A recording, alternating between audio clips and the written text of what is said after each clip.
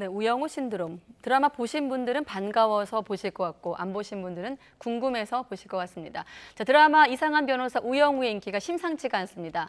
매회 가파른 시청률 상승 곡선을 보이면서 호평을 얻고 있는데 이른바 힐링 드라마 우영우의 저력은 무엇인지 분석해 보겠습니다. 네, 또 드라마 오징어 게임은 TV 방송의 아카데미로 불리는 에미상 작품상 후보에 오르면서 또다시 새로운 역사를 쓰고 있습니다. 김성수 대중문화평론가와 더 자세한 이야기 나눠보겠습니다. 어서 오십시오. 네. 안녕하세요. 김성수입니다. 네. 안녕하십니까. 네. 사실 SNS를만 봐도 네. 쭉 다 그 얘기예요. 우영우 얘기인데 지금 이 드라마를 무공의 힐링이라고 하거든요. 힐링 되셨어요? 그럼요.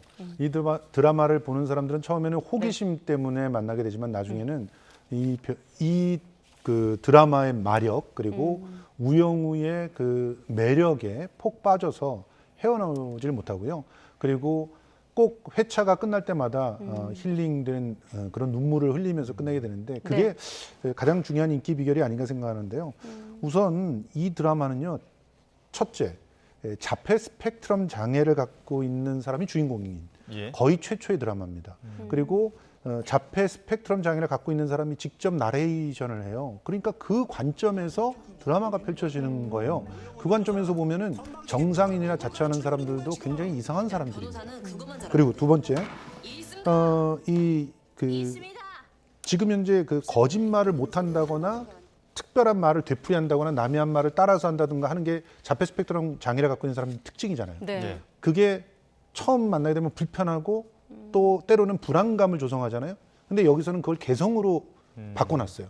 그러다 보니까 굉장히 괴짜인 그 변호사가 눈앞에 있는 게 되는 거지 장애라고 특정하면서 보질 않게 된다는 거죠. 네. 세 번째, 지금 기본적으로 이 밝고 상냥하고 또 자폐를 갖고 있다면 당연히 다른 사람의 공감을 못하는 그런 사람일 텐데 공감을 하려고 노력하는 그 모습이 많은 사람들을 울리게 되는 그런 지점이기 때문에 이런 점들이 결국은 인기 비결이 아닌가 생각이 듭니다. 예, 시청자들로 하여금 이 장애에 대해서 어떻게 보면 새로운 시각을 또 갖게 하는 그렇죠. 새로운 패러다임을 갖게 하는 이런 효과도 있는 것 같은데 처음에 1회 때는 0.9%였는데 저희가 아까 그래프로도 보였습니다만 수직 상승하면서 10%에 육박했습니다.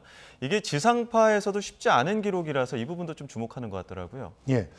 원인이 두 가지가 있습니다. 예. 우선 첫 번째 시청률이 0.9가 나올 수밖에 없었던 거는 이 채널이 알려지지 않은 채널이기 때문에 그래요. 네. 예. ENA 채널, 원래는 스카이 TV에서 시작을 했는데 ENA라고 하는 이름을 얼마 전에 얻어서 바뀐 채널입니다. 그래서 커뮤니티에 채널 번호 알려달라는 문의가 그렇게 많다고 하더라고요. 사실은 네. 채널 번호 알려달라고 얘기가 나오는 것이 주목받는 채널이 아니기 때문에 예. 번호를 부여받지 못해요. 네. 우리 YTN 그럼 24번 딱 통하지 네. 않습니까? 네. 그런데 이 채널은 저희 집에서는 40번에서 나오는데 스카이라이프가 설치되어 있는 우리 장인 장모님 댁에 가면은 1번입니다. 네. 그리고 또 다른 TV를 쓰고 있는 올레 TV를 보고 있는 네. 그 동선의 집에 가면 29번이에요. 예. 그러니 몇 번을 보라고 말할 수가 없는 거죠. 그러다 보니까 0.9%가 나오고 그다음에 2회차에 1.8%가 나왔던 것은 네. 어찌 보면 당연했는데 넷플릭스가 이거를 방영하기 시작했거든요. 예. 그래서 본방이 딱 되자마자 넷플릭스에 뜹니다. 여기서 폭발하기 시작했어요. 그래서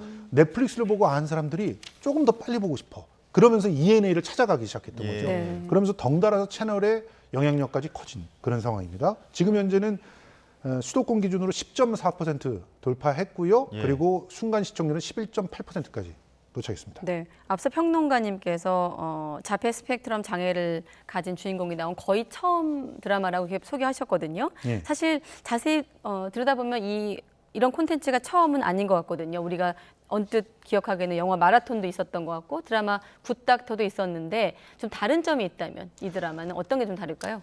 그 주인공이 지금 그 자폐 스펙트럼 장애를 가진 사람이다라고 했었을 때 그렇게 얘기할 수 있는 드라마는 굿닥터도 사실은 해당이 안 된다고 봐요. 왜냐하면은 주역으로서의 비중은 크지만 주변이 다 도와줘요.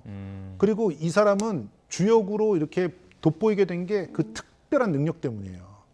신비로운 능력. 예. 그런데 지금 우영우는요, 자기가 분명히 그 형법을 달달 외우는 그런 특별한 능력이 있는 그런 서번트 그 증후군에 속해하는 사람입니다. 네. 그렇지만 그게 강조되는 게 아니라 저 우영우가 정말 제대로 된 변호사가 되기 위해서 다른 사람의 말을 듣고 그 사람의 감정을 이해하려고 하고 거짓말하는지 진짜를 말하는지를 보고 하는 그런 부분이 중점인 거예요. 예. 그러니까 특별한 재능은 사실상 여러 가지 개성 중에 하나일 뿐인 거죠. 이렇게 보이기 때문에 네. 이 드라마가 착한 드라마로 또 새로운 장애인 드라마로서 각광을 받게 돼 있는 것이고요. 그리고 보면은 장애 그 자체보다 관계에 중심을 둡니다. 그래서 사실상 탄탄한 그 어떤 관계성이 획득되어 있는 사람은 아무리 장애가 있다고 해도 충분히 당당하게 사회생활을 할 수 있고 또 직장인으로도 살 수 있다는 것을 보여줘요. 네. 그렇기 때문에 이 드라마를 보면서 희망을 얻는 겁니다. 네. 장애는 단순히 개성일 뿐이다. 관계 속에서 충분히 녹아들 수 있다. 이런 어떤 장애를 바라보는 편견을 깨는 그런 드라마라는 말씀을 해주셨는데 앞서 방영됐던 우리들의 블루스도 그렇고 최근에 장애를 그리는 장애를 가진 어떤 주변인들을 굉장히 잘 그려내는 드라마들이 많습니다. 예. 이러한 드라마들이 많이 등장하는 배경은 어디에 있다고 보십니까? 시대 정신을 반영하고 있다고 생각이 돼요. 우리 사회가 사실은 서구적인 인식들과 경쟁을 강조하다가 완전히 파편화됐거든요. 그래서 진짜 개인 혼자밖에 믿을 사람이 없게 되는 그런 생활을 이제 많은 사람들이 하고 있습니다. 그러다 보니까 인간 같지 않은 그런 삶들을 오히려 경험을 하고 있거든요. 네. 그래서 이런 사회를 치유할 수 있는 대안이 뭔가? 다시 공동체를 회복해야 된다. 근데 그 공동체를 회복하는 방법은 결국은 모두가 인간의 마음으로 돌아가야 되거든요. 그러니까 인간다움이라는 것을 그 가장 정확하게 확인할 수 있는 것은 바로 다른 사람이 나보다 약한 존재라고 할 때 그 약한 존재를 위해 손을 내밀어 줄 수 있는가 없는가. 네. 이걸 보면 인간인가 아닌가를 볼 수 있거든요. 보통 우리가 흔히 소시오패스나 사이코패스라고 하는 일컬어지는 사람들은 어떻습니까? 다른 사람을 약자나 뭐 혹은 내가 도움을 줘야 될 사람으로 보지 않기 때문에 손을 내밀지 않죠. 그 뭔가 사기를 치거나 위해를 가하려고 손을 내밀긴 합니다. 그러니까 이 결정적인 차이에 주목을 해서 결국 그런 사람들로 우리 사회가 바뀌어야 그래야 대안이 있다는 걸 보여주는 그런 드라마들이 지금 나오고 있는 것이고 네. 그럴 때 장애를 갖고 있는 사람은 주인공이 되기가 너무 좋은 거죠. 그 사람을 주인공으로 해놓고 결국은 그 사람들에 대한 반응들을 주변을 보면 모든 문제들이 확연하게 드러나게 되니까 네. 그런 측면에서 우영우는 굉장히 의미 있는 드라마로 기억될 거라고 봅니다. 네, 우영우, 오블스. 지난번에 우리들의 블루스 얘기할 때도 평론가님께서 공동체 이야기를 예. 하신 걸로 기억을 하는데 아마 드라마를 보면서 다양한 감정으로 이 드라마를 좀 수용하지 않을까 이런 생각이 드는데 예. 그 중에 한 축이 자폐 스펙트럼 장애 당사자나 가족 아니겠습니까? 예. 일단 그들에게도 호평을 받고 이제 불편하지 않는 드라마로 평가받고 있는데 그렇게 되기까지는 또 1년간 그 작가가 굉장히 이 작품을 열심히 준비했다고 알려지고 있거든요. 자문도 받고. 제가 알기로는 1년 정도가 아니죠. 이전 작품이 네. 증인이라고 하는 그런 자폐 스펙트럼 장애를 네. 갖고 있는 사람이 이제 주연급 조연으로 나오는 예. 그런 작품이었거든요. 그래서 그 작품을 하면서 이미 자폐 스펙트럼 장애를 갖고 있는 스토리텔링을 충분히 다듬었고 충분히 준비를 했다고 보고요. 지금 이 드라마를 쓰면서도 역시 지금 현재 자폐 스펙트럼 장애를 갖고 있는 로스쿨 출신의 변호사는 아직은 없는 걸로 알고 있습니다. 네. 그런데 그 가능성들을 꾸준히 타진을 해본 거죠. 그리고 만약에 그렇게 변호사가 된다면 어떤 일들을 겪을 테고 그리고 그것을 어떻게 극복해 나갈까를 충분한 조언을 거치면서 네. 이 드라마를 만들었거든요. 이게 사실은 여담일 수 있겠습니다만 여러 가지 리스크가 많잖아요. 그렇기 때문에 작가도 사실은 드라마로서는 처음 데뷔하는 작가인 걸로 알고 있고 네. 그리고 또 지금 주인공이 자폐 스펙트럼 장애인이고 그리고 여성이 또 원톱이에요. 근데 여성 원톱에서 티켓 파워가 이미 확인됐다라고 하는 배우가 아니라 박은빈이라고 하는 연기력을 가지고 지금 계속 성장하고 있는 배우를 선택했으니 당연히 또 걱정이 있었을 거라고 생각을 하는데요. 그래서 여러 군데에서 투자를 받았다고 들었습니다. 네. 그런데 오히려 정말 준비를 제대로 하면 그런 게 아무 소용이 없구나. 진짜 제대로 준비한 드라마는 알아보기 마련이구나 하는 것들을 예. 확인시켜준 그런 케이스라고 조금 생각합니다. 전에 평론가님께서 자폐 스펙트럼을 가진 변호사가 국내에 네. 없다고 하셨는데 그거에 대해서 또 어떤 소아정신과 의사는 그만큼 자폐의 어떤 스펙트럼이 다양한 어떤 그런 증상을 갖고 있어가지고 우리 사회 곳곳에 또 있을 수도 있다. 맞아요. 그래서 하고 싶은 말씀은 그거였더라고요. 이번에 이런 자폐 스펙트럼 장애에 대해서 좀 알리고 관심을 갖게 되는 계기가 됐다 이렇게 또 설명하는 측면도 있더라고요. 지금 있잖아요. 드라마를 통해서 이런 게 알려지는 거는 네. 다큐멘터리나 탐사 보도를 통해서 알려지는 것보다 그 화력이 어마어마하게 큽니다. 그래서 대개의 자폐 스펙트럼 장애를 가진 당사자나 혹은 그 주변의 가족들은 네. 정말 견조하게 사실 그대로를 보여주기 원하죠. 그래서 다큐멘터리나 이런 보도를 통해서 다뤄지면 정말 좋지 않을까 생각을 네. 해요. 그런데 실제로 마음을 움직이고 그들을 발견하게끔 하고 함께 더불어 살게끔 하게 하는 정서적인 어떤 연대감은 드라마를 통해서 훨씬 더 강력하게 구축이 되는데요. 그런 네. 측면에서 이 우영우란 드라마가 하고 있는 역할이 굉장히 크다고 생각합니다. 이 문지원 작가가 쓴 이 증인과 이 우영우 작품의 연속성에 대한 관심도 많은 것 같습니다. 네. 증인에 나오는 앞서 말씀하신 그 자폐 스펙트럼 장애를 갖고 있는 주연급 조연 김향기 씨가 마지막에 나는 변호사가 될 수 없을 거야 자폐를 갖고 있으니까 이렇게 얘기를 했는데 그 꿈을 우영우가 이뤘다. 맞습니다. 어떤 그런 작품의 연속성도 굉장히 많은 관심을 갖고 있는 것 같습니다. 그렇죠. 그러니까 저희들처럼 이제 비평을 하는 사람들은 이런 부분들을 굉장히 주목하거든요. 그래서 작가가 얼마나 성장했는지를 그런 예. 비교를 통해서 또 확인을 하는데 증인에 비해서 이 작가 문지원 작가는 이 우영우를 통해서 어디까지 확정해 놓냐면요. 장애라는 건 사실은 개성일지도 몰라까지 확정해 놔요. 네. 솔직히 우리가 모두 다 낯선 사람들을 만나서 낯선 공간에서 뭐 입사를 처음 했다고 생각해 보세요. 그럼 얼마나 실수를 많이 하게 네. 됩니까?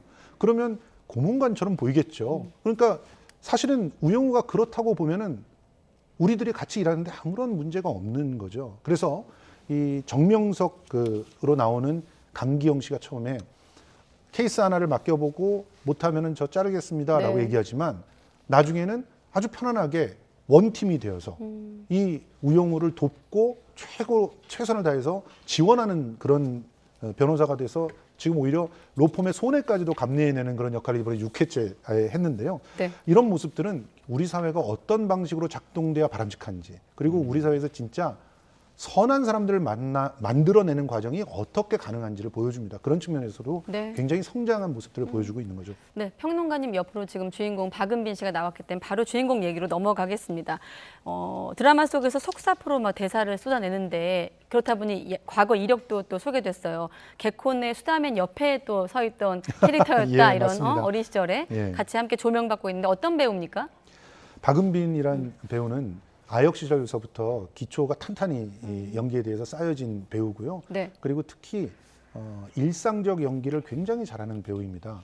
그래서 처음부터 주목을 받았던 그런 배우라고 말하기는 어렵지만 지금 연기력을 요하는 그런 작품에는 늘 박은빈을 놓고 이제 그 어떤 그 그림을 짜는 그런 일들이 많이 있었어요.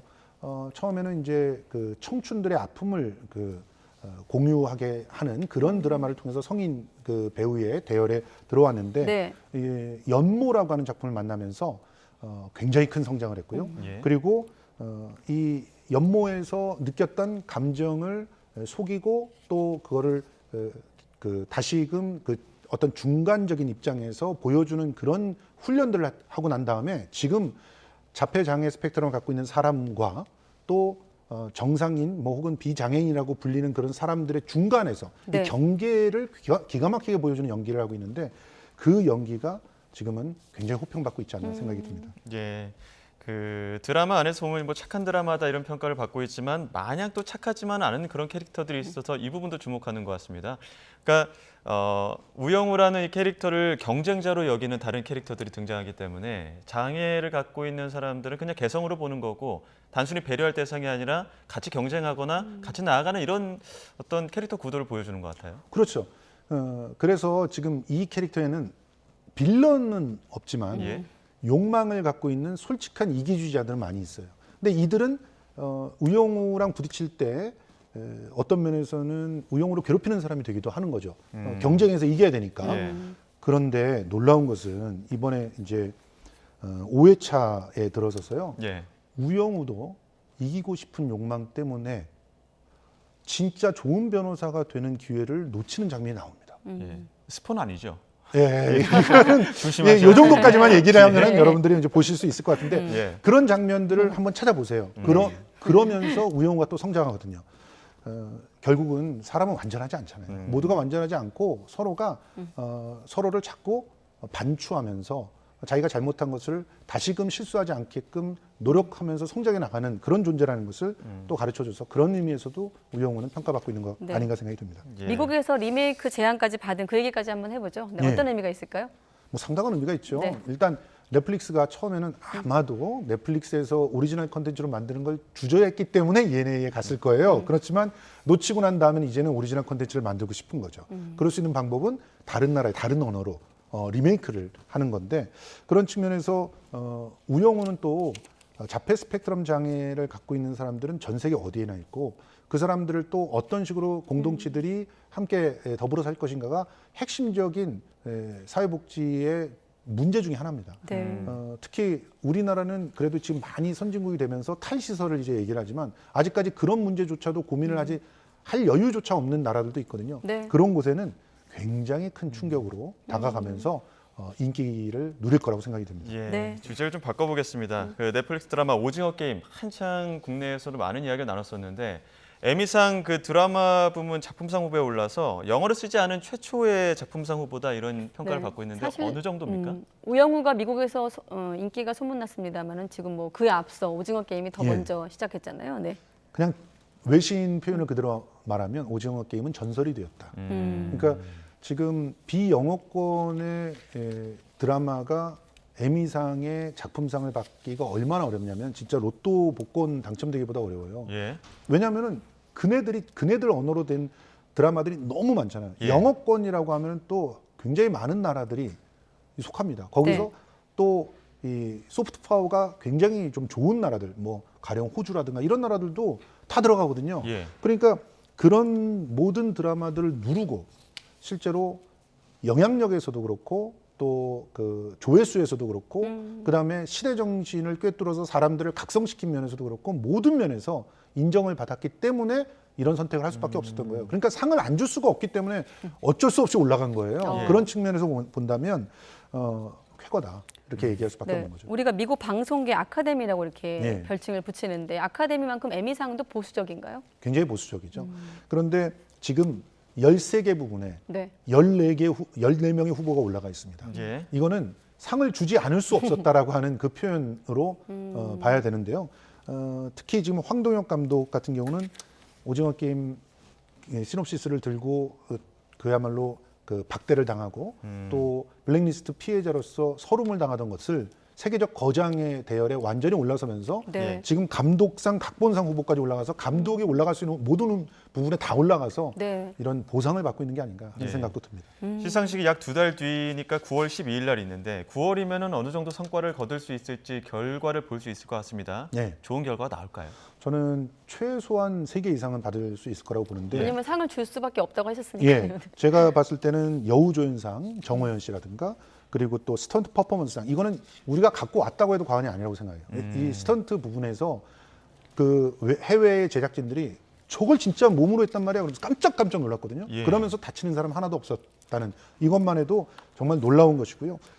그리고 저는 개인적으로 감독상 정도는 받지 않을까 생각하는데 작품상을 가져온다면 최고인데 좀 기대는 해보겠습니다. 네. 예. 사실 뭐 요즘에 BTS부터 오징어 게임까지 뭐 잇따라 낭보가 들려오기 때문에 이제 그렇게 막 그닥 놀라지 않을 정도의 어떤 K 컨텐츠 위상을 확인하고 있는데 끝으로 2022년에 K 컨텐츠들, K 컬처의 위상을 좀 한번 끝으로 정리하신다면요. 이제는 K컬처 없이 전 세계 문화 산업이 돌아가지 않는다 보고요. 네. 예, 이번에 지금 에미상에서 좀 홀대를 당했지만 그 빠친코 같은 경우 저는 개인적으로는 제 생각입니다만 네. 일본의 영향력이 좀 있지 않았을까. 일본의 그 미국 내 문화 산업에서의 영향력은 무시하지 못하거든요. 소니 같은 회사가 굉장히 큰 소프트 파워를 갖고 있습니다. 그런데 그런 문제들도 넘어서면서 이제 내년도에는 빠친코도 더 시리즈 2, 3가 더 주목받는 그런 세상이 될 거기 때문에 한국은 뭐 이제 전 세계 최고의 문화 강국으로 발돋움하고 있다 이렇게 정리할 수 있을 것 같습니다. 네. 이제